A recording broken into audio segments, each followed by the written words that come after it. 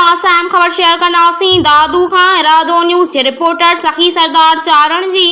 खानपुर खां दादू आयल कादिर सिटी में ईद जे ॾींहुं भेण सां ईद मिलण बैदि इख्तियार अली शेख बालीशाही ऐं आशिक शेख बालीशाही वापसि खानपुर वञी रहिया हुआसीं त बी सेक्शन थाणे जी हद न्यू सब्जी मंडी वटि टे नामालूम मोटरसाइकिल सवार निकाबपोश हथियारबंद फोरू हथियारनि जे ज़ोर ते मोटरसाइकिल 4,500 ऐं हिकु मोबाइल सेट टच फुर करे फरार थी मुतासिर बी सेक्शन थाणे ते नामालूम फोरुनि खिलाफ़ एनसी दाख़िल कराइण बैदि मुतासिरनि हथनि में क़ुरान पाक खणी सख़्त एहतजाज कंदे मीडिया अॻियां दाहियो त थाणे जे अॻियां फुर थी आहे। दाहूं कयूं पर पुलिस न आई।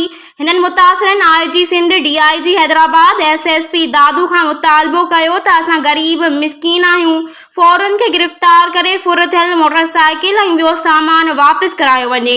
अस्सलाम वालेकुम, मैं हूं आमिर हुसैन अल रहीम मार्केटिंग की तरफ से। फरहान अली वारिस सिटी जो कि सेफ एंड सिक्योर प्रोजेक्ट है और तमाम इदारों से मंजूर शुदा है, प्री लॉन्चिंग के बाद अब करने जा रहे हैं अपने प्रोजेक्ट को लॉन्च।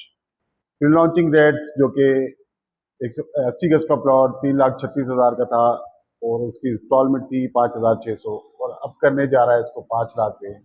और इसी तरीके से 120 गज का प्लॉट जो था वो 5 लाख का था जो कि अब होने जा रहा है 8 लाख का और उसकी इंस्टॉलमेंट रेट थे 8,500।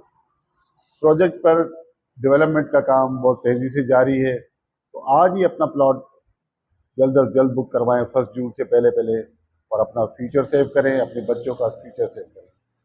बहुत शुक्रिया, अल्लाह हाफिज़।